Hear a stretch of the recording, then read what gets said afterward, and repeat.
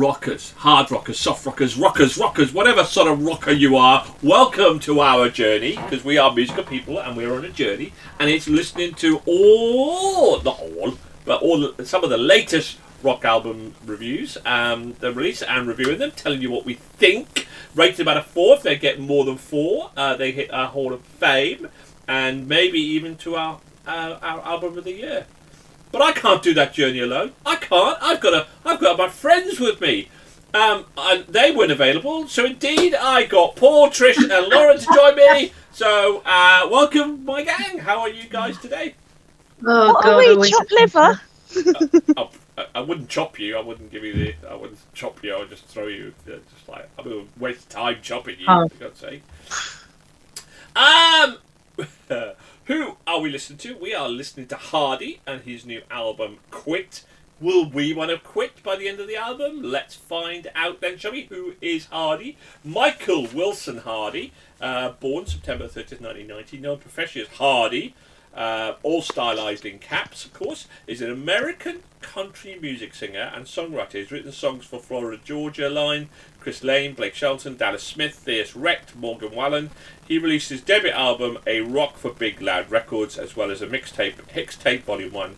His singles Give Me Some Hell, One Beer, and Wait in the Truck, and Truck Bed charted in the US and Canada, and he was featured on the Dallas Smith song Some Things Never Change. His album, The Mockingbird the Crow, topped the country music charts in early 23. Lauren, let's start with you then. Had you heard of Hardy before?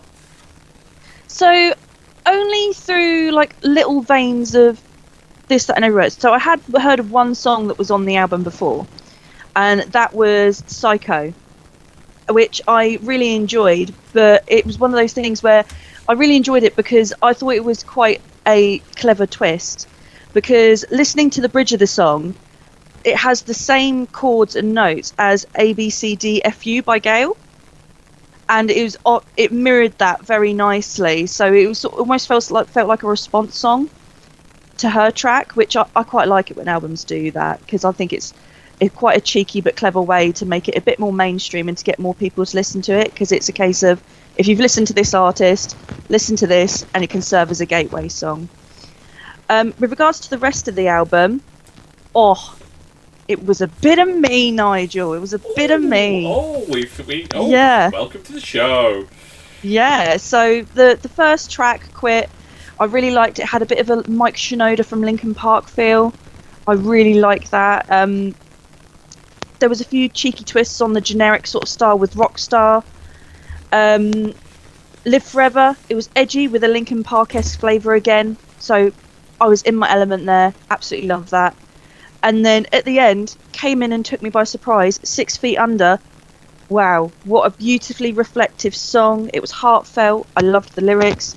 It's gone on to my personal playlist where I listen to it regularly now. And yeah, it was so emotional that I sent it to my other half and went, you need to listen to this track. It's really nice. And he was like, oh yeah, that's pretty cool, because he's a total pop junkie. He loves that, so it was something a bit different for him to listen to. Overall, country with an edge, very commercially viable sound on it, so I look forward to seeing how he fares against everything else that's being released in the more mainstream market at the moment. Could be a good gateway album for someone wanting to explore a heavier sound, but not go straight into, I'm going to scream in your face about my problems. Overall, felt it had a brilliant pacing to it.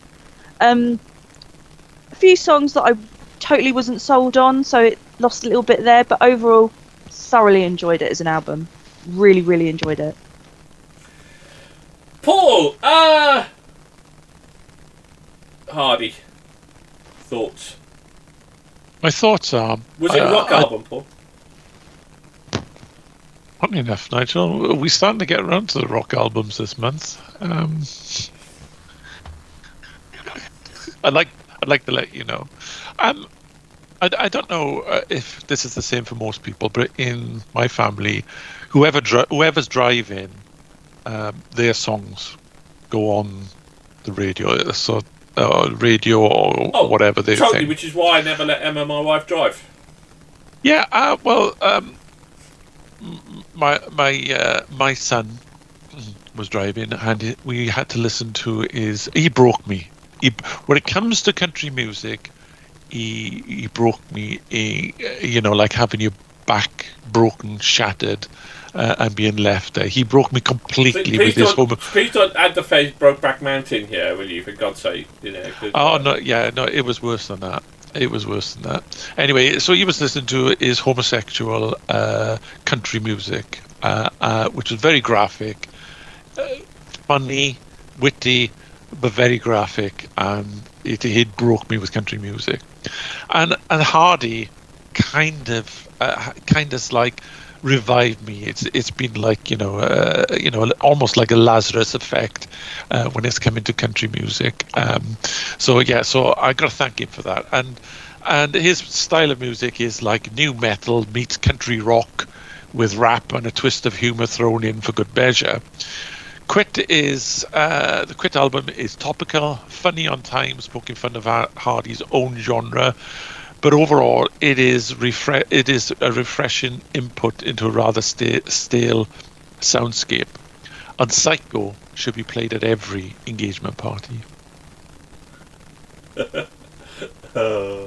Trish, Quit. What do you think? Okay, from the opening chords, I was getting excited for this album and what it would bring, and then even more excited when the rapping came in on the track Quit. Would this continue as the album progressed? What happens is that everything is thrown into this album, from industrial, screamo, heavy rock, softer rock, any genre of rock is on this album, with the vocals being of a country music twang. It's a mashup of everything, but it works, as you don't know what you're going to get next. Bizarre album, but most definitely in a good way.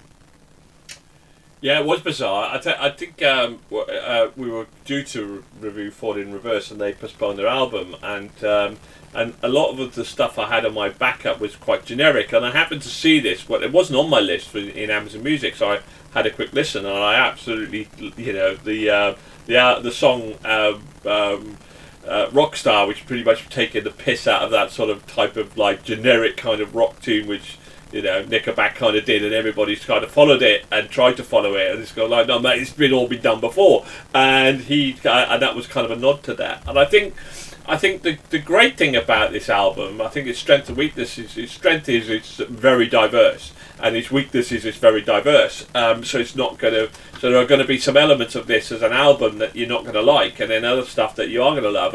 And he goes through it. There's that kind of hard-hitting Linkin kind of vibe. There's a rap in there, and then there's this whole trance where he goes back to more country kind of style, country rock music, but harder country rock music from that perspective. So it has a vibe coming in there. I love Rockstar. I love Psycho. You're absolutely right. Love Jim Bob. It's great song as well. I just enjoyed the album. It wasn't a perfect album for me, but it was a thoroughly fun, entertaining album, and something that I would probably maybe listen to half of it, maybe a little bit more if I had a choice, rather than the whole thing. And there's certainly certain songs I would take out of it, but I'd certainly leave it was on. I thought, if you have different people in a car and everybody likes a little bit something a bit different, you'd put this album on to try and appease everybody from that perspective. But it's a great fun album. Why? Will it get to 4? Will it get into our Hall of Fame, or won't it? Let's find out. Lauren, what did you give? Give this Quit and Hardy's album? Oh, it got a 4 from me. Good, solid start. Paul? 3.5. Ooh, Trish? It got a 4 from me. Ooh, it also got a 4 from me as well. Unfortunately, though, Dom and Dave kind of liked it. Very similar across the board. Paul, you're 3-1 up, I'm guessing, or whatever. Somebody give it a 3.5. The other person give it a 3. Very tricky here.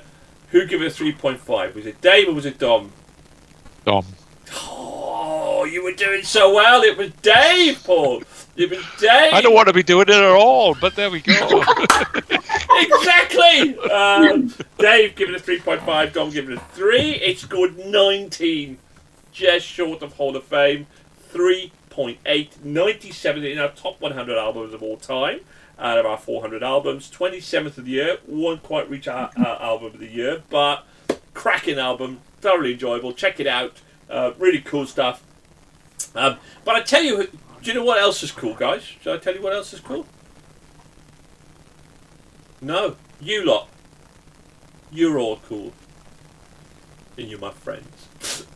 But in the meantime, do you, everybody else out there who would love to be our friend, of course, or not, leave your comments. Please hit the like. We're talking to everyone out there, not us. But there we go. Anyway, what do you think, everybody? What do you think? What do you think of Hardy? Let us know. Please hit the like and subscribe button. Come and join us on our journey. Thank you very much for everybody. Goodbye. Keep on rocking.